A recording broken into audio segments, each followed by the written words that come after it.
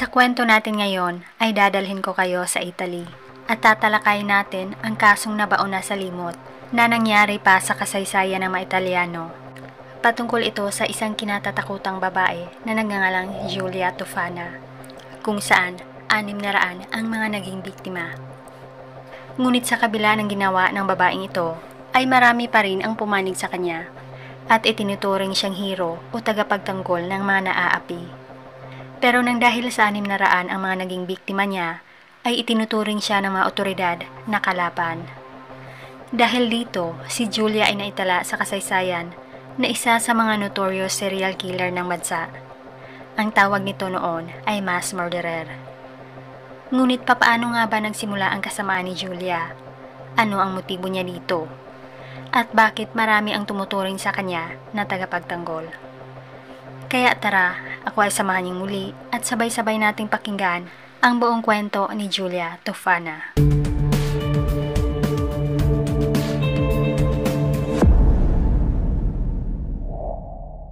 Sa Palermo, Italy ay naninirahan ang mag-asawang Francis at Tofania di Adamo. May anak sila na babae na si Giulia. Ipinanganak noong 1620. Katulad sa tipikal na mag-asawa, sina Francis at Tofania ay hindi din perpekto ang pagsasama. Dahil itong si Francis ay isang mapang-abuso na asawa. Napapadalas nitong sinasaktan si Tofania, maging man si Giulia. Sa paglipas ng mga araw, ay nagulat na lang ang mga kapitbahay nang biglang pumanaw si Francis. Dahil misteryoso ang pagpanaw nito, kaya nagdududa na ang lahat sa asawa nitong si Tofania. Pinagbibintangan nila itong naglason kay Francis ng pinaghalong arsenic at iba pang mga kemikal.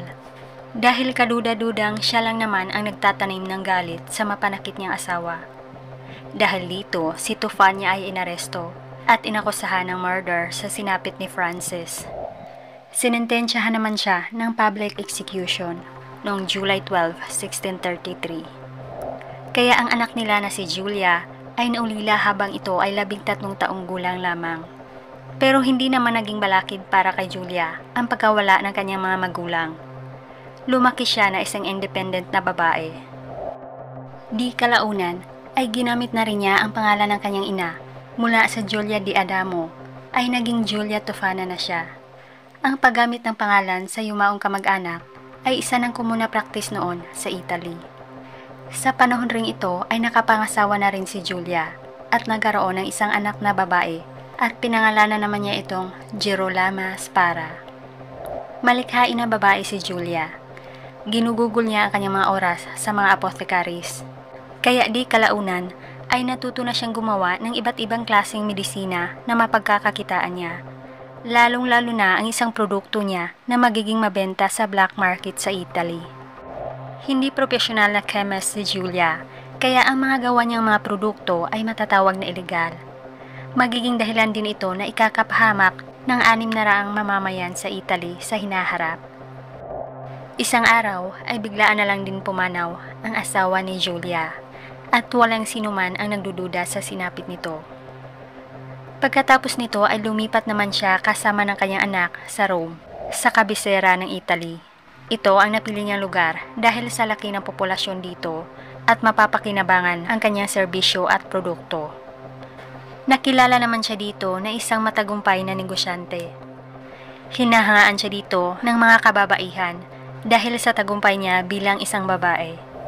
Dahil sa panahong ito ay bihira lang makilala ang mga babae. Tinatrato lang nila ang mga babae noon na dapat nasa mababang posisyon lang sa mga kalalakihan. Kaya si Giulia ay tinitingala ng mga kababaihan dito dahil sa kanyang tagumpay. Ang negosyo naman ni Giulia dito ay ang mga pampaganda o mga make-up products. Naging mabenta ang mga ito at tinatangkilik ng mga kababaihan. Lalong-lalo na ang produkto niyang Aqua Tofana. Ngunit ang produkto niyang ito ay may malagim palang sekreto, kaya ito ay matatawag na ilegal. Para kay Giulia ay ginawa niya ang produktong ito para makatulong daw sa mga kababaihan. Ngunit kahit ilegal ito ay may lihim pa ring bumibili. At alam rin ng mga babaeng ito na ang binili nilang produkto ay ikakapahamak ng buhay ng kanilang mga asawa. Sa paglipas ng mga buwan at taon, ay may mga nabalita ng mga lalaking pumanaw. Ngunit dahil sa walang naghihinala, ang pinaniniwalaan lang nila na cause of death ay dahil lang sa natural na sakit. Walang nakakaalam na sinadya pala ang sinapit nila. Dahil epektibo ang ginawang produkto ni Julia, ay mas lalo lamang itong lumago sa iba't ibang bahagi ng Italy. Ito ay sa Rome, Sicily, Naples at Palermo. Tumutulong na rin sa ilegal niyang negosyo ang anak niyang babae na si Girolama Spara. At may iilang tao na rin siyang pinagkakatiwalaan sa pag-distribute ng ilegal niyang produkto sa black market ng Italy. Si Julia ang naging leader ng grupo nila. Matatawag naman silang mga sindikato at kriminal dahil gumagawa sila ng ilegal na produkto na naging dahilan sa pagpanaw ng ilang kalalakihan. Ang mabentang produkto ni Julia ay walang iba kundi lason na pinaghalong arsenic, mercury chloride, lead, belladonna at iba pang kemikal. Dinisguise niya ang mga ito bilang makeup products at pabango na tinatawag niyang aqua tofana. Ang karunungan niya sa paggawa ng produktong ito ay nagmula pala sa yumao niyang ina na si Tofania. Ito din ang dahilan sa sinapit ng kanyang ama noon na si Francis. Pero nang dahil sa hindi nag-iingat ang kanyang ina, ay nalaman ang sikreto nito. Naging dahilan na pinarusahan ito ng public execution noong 1633. Kaya sa panahong ito ay nag-iingat na si Julia. Hinalo niya ang mga lason sa makeup products at pabango. Binalot din niya ang mga ito ng imahe ng isang santo na si Saint Nicholas de Bari. Kaya walang sinuman ang mag-aakala na isa itong lethal na produkto. At isa pa, paunti-unti lang pala ang epekto ng produkto ni Julia para walang maghihinala. Ang unang dosage nito ay magdudulot lang ng matinding kapaguran at kahinaan. Ang pangalawang dosage naman ay magdudulot ng pananakit sa tiyan at pagsusuka. At ang panghuli ay magdudulot na ng katapusan. Dahil sa paraan ng dosage ng lason niya, kaya ang mga doktor ay naniniwala na ang sanhi ng pagpanaw ng mga biktima ay dahilan sa natural na sakit. Lumipas ang mga taon, ay patuloy pa rin si Julia sa pag-distribute ng kanyang mga produkto. Kaya mas lalo lamang nadadagdagan ang mga biktima niya, na umabot na ng daang-daang mga lalaki. At dahil sa wala pa rin naghihinala, kaya wala ding nangyaring otopsiya. Hanggang sa umabot na ng 600 ang mga nabiktima. Ang bumibili ng produkto ni Julia ay puro lang mga babae. At ang motibo nila ay hindi pala dahil sa pera, kundi dahil sa mapait nilang karanasan sa kamay ng kanilang mga asawa. Katulad ng sinabi ko kanina, sa Italy noon, ang mga kababaihan ay may mababa lang na kapangyarihan kumpara sa mga kalalakihan.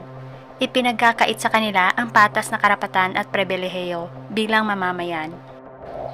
Ang mga dalaga noon ay kontrolado lang ng kanilang mga ama. Ang ama ang nagdidesisyon kung sino ang karapat-dapat na makapareha nila at mapangasawa. Kaya kadalasang mga kababaihan nila noon ay nakapangasawa lang dahil sa arranged marriage. At kapag bumukod na sila, ang mga babae ay kontrolado na naman ng kanilang mga asawa. Bilang head ng pamilya, ang lalaki nila noon ang tanging nagdidesisyon sa lahat-lahat. Ngunit ang posisyong ito ay inaabuso lang ng karamihang lalaki.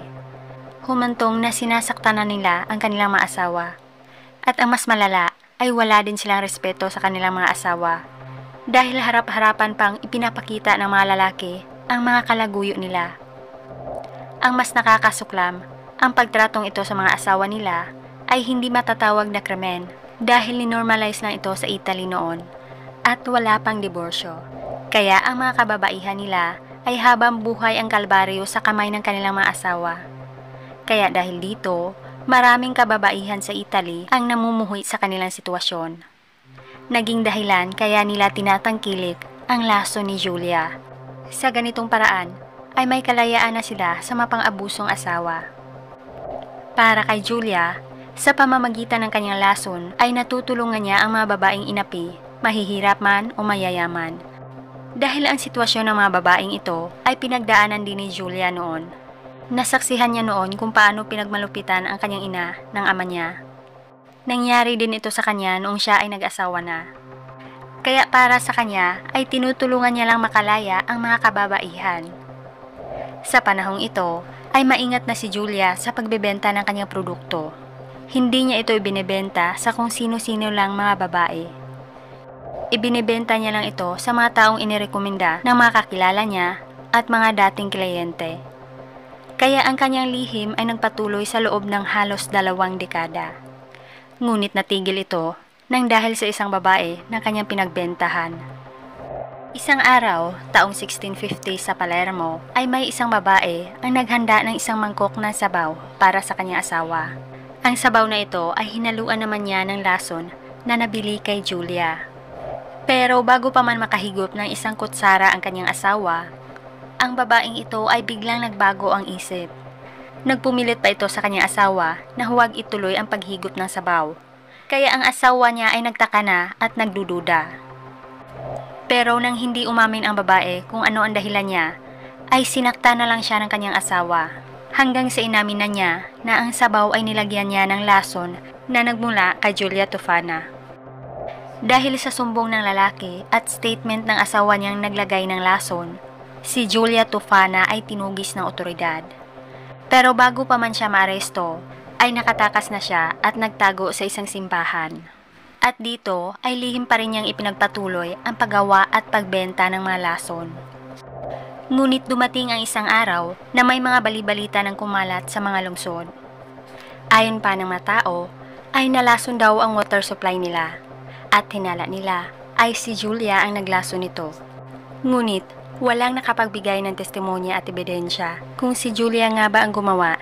Pero tinugis nila ito hanggang nalaman nila na nagtatago pala ito sa isang simbahan. Kaya si Julia Tofana ay naaresto na. At ilang araw din siyang pinilit at sinakta ng mga otoridad. Hanggang sa umamin na lang siya sa buong katotohanan. Ayon niya sa mga otoridad, nagsimula daw siyang manglason simula noong pumanaw ang kanyang ina sa taong 1633 hanggang kasalukuyan. Inamin din niya na ibinebenta niya lang ito sa mga kababaihan at tansya niya ay umabot na ng 600 ang mga lalaking pumanaw dahil sa produkto niya. Matatawag siya na mass murderer dahil siya ang gumawa ng lason at nagsupply sa mga babae para wakasan ang buhay ng kanilang mga asawa. Pero sa kabila nito ay marami pa rin ang kumampi sa kanya. Para sa mga kakilala niya at mga babaeng tinulungan niya, ay maituturing nila si Julia bilang tagapagtanggol nila dahil iniligtas niya sila sa mga abusadong mga asawa. Sa taong 1659, si Julia, ang kanyang anak ni si Girolamo Aspara at ang 3 pang mga helpers niya sa paggawa ng lason ay pinarusahan naman ng public execution sa Campo de Fiore, Rome. Ganon din ang sinapit ng mahigit 40 mga kliyente na napatunayang guilty. Sila ay nabibilang sa lower class status. Ang mga kliyente naman na nabibilang sa upper class ay nakaligtas sa parusang ito dahil ang iilan sa kanila ay ikinulong lang sa dungeon. Ang iba naman ay may tumulong para makatakas.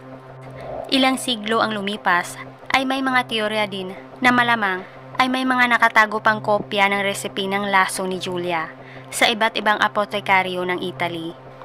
At malamang ay available din ito sa mga black market sa kasalukuyan. Ang legend ni Julia ay nagpatuloy bilang serial killer na hero. At dito po nagtatapos ang kwento ni Julia Tofana. Hanggang dito lamang mga ka-curious, maraming salamat sa panonood at pakikinig.